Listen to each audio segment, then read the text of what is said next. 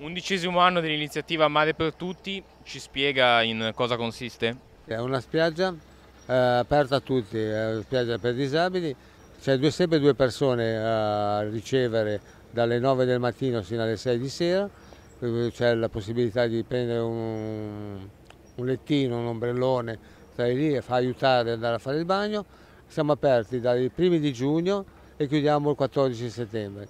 Cioè, noi all'11° anno abbiamo cominciato quando mi è venuto, io ho detto voglio fare il bagno a Santa, io sono di Santa Margherita, e ho cominciato con un piccolo pezzetto e una carrozzina. Adesso abbiamo 7 carrozzine, abbiamo il baby parking, abbiamo insomma tantissima roba e vedo che tutti gli anni siamo sempre esauriti, perché non abbiamo più lettini da dare alle persone. Sottolineiamo anche che Santa ha delle strutture ricettive adeguate a ricevere comunque persone disabili.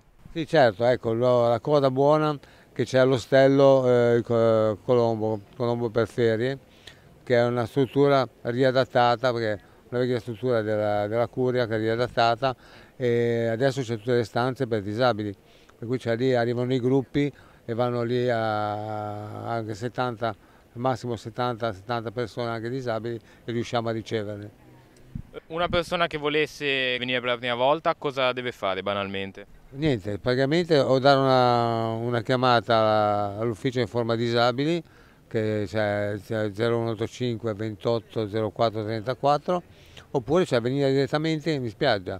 Cioè noi non facciamo prenotazioni, non facciamo niente, se c'è, perché diamo l'accompagnatore all'adraio, se c'è un disabile in più leviamo l'accompagnatore all'adraio e la diamo al disabile.